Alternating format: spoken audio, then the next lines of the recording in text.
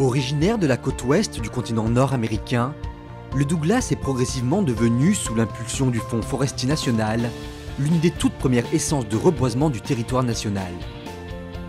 La réussite de cette politique a permis la constitution d'un massif de 400 000 hectares qui capitalise aujourd'hui plus de 100 millions de mètres cubes sur pied et positionne la France au rang de premier producteur européen de Douglas.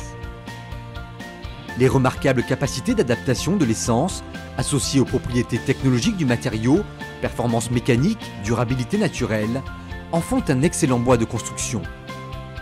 Le Douglas constitue aujourd'hui une promesse pour le développement économique des territoires où il est implanté et au-delà pour l'ensemble de la filière bois nationale. Retour sur cette formidable percée du Douglas. Je crois qu'on peut situer effectivement le démarrage de l'aventure Douglas, si on peut l'appeler comme ça, au lendemain de la guerre, lorsqu'a été créé le Fonds forestier national et les grands programmes de reboisement donc, initiés par l'État. Le Douglas, effectivement, s'est peu à peu imposé, notamment dans les régions de moyenne montagne du centre de la France, comme une essence de reboisement particulièrement bien adaptée. Et cette ressource, donc, progressivement est arrivée en production à la fin des années 80, début des années 90, au moment justement où l'association a été créée pour référencer cette essence dans le cadre normatif. L'association France Douglas a été créée en novembre 1993 à l'initiative d'un noyau de professionnels de la forêt privée et du sillage, convaincus de l'intérêt d'œuvrer ensemble à la promotion de l'essence. C'est une aventure humaine, bien sûr, ce sont des amis qui m'ont appelé ou qui m'ont intéressé à cette essence. Il faut citer le colonel Fogdet, bien sûr, historique, Jean-Louis Ferron, un ancien de notre maison, Jean Dechamps, et puis tout un tas de sieurs, d'acteurs professionnels qui m'ont appris, moi, le Douglas et qui nous ont aidés, puisque FCBA a accompagné l'association pendant toute son existence. Au cours de ses premières années d'existence, France Douglas s'est attachée à faire référencer le Douglas dans le cadre normatif en fonction de ses spécificités propres. Un autre événement va accélérer la reconnaissance du Douglas. Et un événement que l'on ne peut pas occulter est la tempête de décembre 1999, qui a détruit probablement 20 à 30 000 hectares de Douglas en France et qui a bien entendu nécessité des mesures d'urgence pour utiliser cette ressource. Et finalement, la tempête a constitué une opportunité puisqu'elle a hâté incontestablement la transformation du Douglas par les sieurs français qui se l'ont approprié à ce moment-là et qui l'ont fait connaître sur le marché français. Face à l'importance de la ressource ainsi mise sur le marché, conjuguée à la mise en place d'actions de communication ciblées, telles les premières assises nationales du Douglas, organisées par France Douglas en 2004, de nouveaux acteurs vont émerger.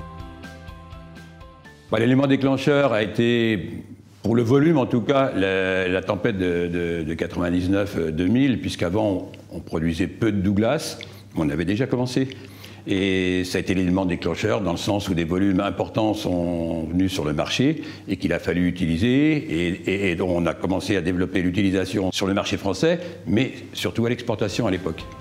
La montée en puissance générée par la tempête n'est toutefois que l'amorce d'une dynamique qui devrait conduire la production de Douglas au-delà de 2 millions de mètres cubes de sillage par an à échéance de 2030-2040. La traduction de ce potentiel supposait toutefois un effort supplémentaire de qualification de l'offre en vue d'élargir de nouveaux marchés. Dans le domaine des études et recherches, nous avons travaillé, et ça c'est dans les années 80, à qualifier le Douglas, c'est-à-dire d'indiquer quelles sont ses performances mécaniques. Ceci s'est fait avec des milliers de pièces qui ont été essayées et qui ont permis de dire oui, le Douglas est une essence intéressante et qui a de la résistance mécanique intéressante. Et nous travaillons là aussi dans les études et recherches aussi sur l'amont, puisque le Douglas est l'une de nos 4 essences cibles. Nous sommes, je l'ai dit, sur la forêt de production. Et donc nous travaillons pour qu'il y ait des variétés de Douglas sans cesse plus performantes, puisque le Douglas est la première essence de reboisement française. Nous travaillons aussi dans le domaine de la normalisation, et la normalisation est un outil formidable qui a permis au Douglas d'exister. Il a été introduit dans ce qu'on appelle la norme NFB 52001 alors qu'il n'existait pas. À partir du moment où l'essence a été qualifiée scientifiquement, à partir du moment où elle existait dans les documents officiels, la construction qui est toujours frileuse, on parle de la construction traditionnelle. Et vous savez que le traditionnel, vu par beaucoup de gens, c'est pas le bois. Et donc, qui plus est, un bois nouveau qui arrive sur le marché, comme le Douglas, avait besoin de ces attestations pour permettre de conquérir des marchés. Ces différentes études ont progressivement permis de renforcer la reconnaissance des qualités technologiques du Douglas.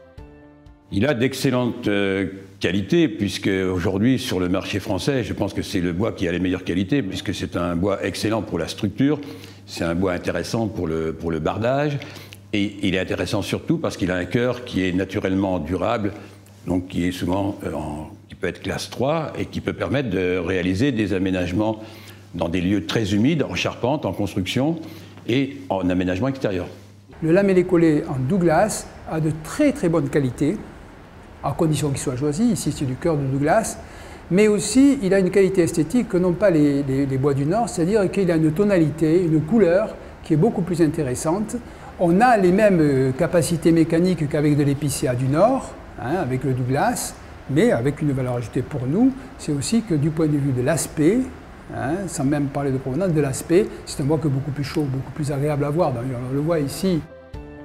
Au regard de l'évolution attendue de la ressource et en vue de conforter ses premiers acquis, France Douglas a entrepris un important travail d'innovation et de qualification de produits de nature à répondre aux besoins des professionnels du bâtiment. Le référentiel est le fruit d'un travail de 3 ans qui a été conduit en partenariat donc, avec les sieurs adhérents de l'association, qui sont de l'ordre d'une 40aine, qui a été conduit avec l'appui technique de l'Institut technologique FCBA, la collaboration du CNDB, et qui a conduit effectivement pour la première fois en France à proposer une gamme de produits issus du sciage, harmonisés en dimension et en qualité, et mis en cohérence avec le cadre normatif. Et de la sorte, les producteurs de sciage et les prescripteurs disposent d'un outil commun pour effectivement mieux se comprendre. C'est un document technique qui est très très bien établi.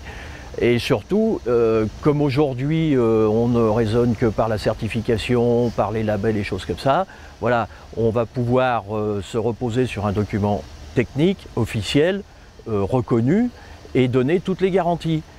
Avant, la garantie était un petit peu sur notre bonne foi, sur le savoir-faire des transformateurs. Aujourd'hui, ce savoir-faire est officiel et couché dans le document. Aujourd'hui, le Douglas est une essence prometteuse, capable de favoriser la prescription de bois d'origine française dans les marchés. Le fait que ce soit du Douglas, en même temps, eh bien, on achetait un peu français. Hein, et puis pour un élu local, un élu de la République, c'est important, par les temps qui courent, de pouvoir aussi permettre à un bâtiment au bord de la mer d'utiliser du bois des forêts environnantes. La France, qui dispose de la principale ressource de Douglas en Europe, bénéficie ainsi d'un atout de tout premier plan. Alors aujourd'hui, il n'aura pas de concurrence dans son développement en volume, puisque c'est la seule essence qui, dans les 20 ans, va progresser de façon importante. L'épicéa et le pin auront une production relativement stable. Le Douglas est le seul qui va vraiment se développer, je dirais presque doubler de production. Donc c'est vraiment l'essence d'avenir pour l'utilisation en France. Le Douglas est aujourd'hui majoritairement en France, on en a un petit peu en Allemagne. Et c'est vrai qu'on aura une capacité dans les années qui viennent à exporter si on le fait connaître. Donc là aussi, il y aura sans doute un travail à faire de la part de France Douglas, mais aussi à l'export, pour faire connaître dans les pays avoisinants, l'Italie, l'Angleterre, l'Espagne, l'essence Douglas, qui aujourd'hui est peu utilisée dans ces pays-là, mais pourrait l'être de façon importante, parce qu'eux, de toute façon, n'en produisent pas. La mobilisation de l'ensemble des acteurs autour de l'association France Douglas a permis, grâce à l'effort collectif, la mise en œuvre d'une filière structurée et capable d'apporter une réponse cohérente sur des marchés en perpétuelle évolution. Aujourd'hui, de par la disponibilité de sa ressource, le Douglas est devenu pour l'ensemble de la filière forêt-bois bien plus qu'un élément de réponse sur les marchés. Il est un des arguments de poids pour permettre à l'ensemble de la filière bois-construction de continuer sa conquête des nouveaux marchés.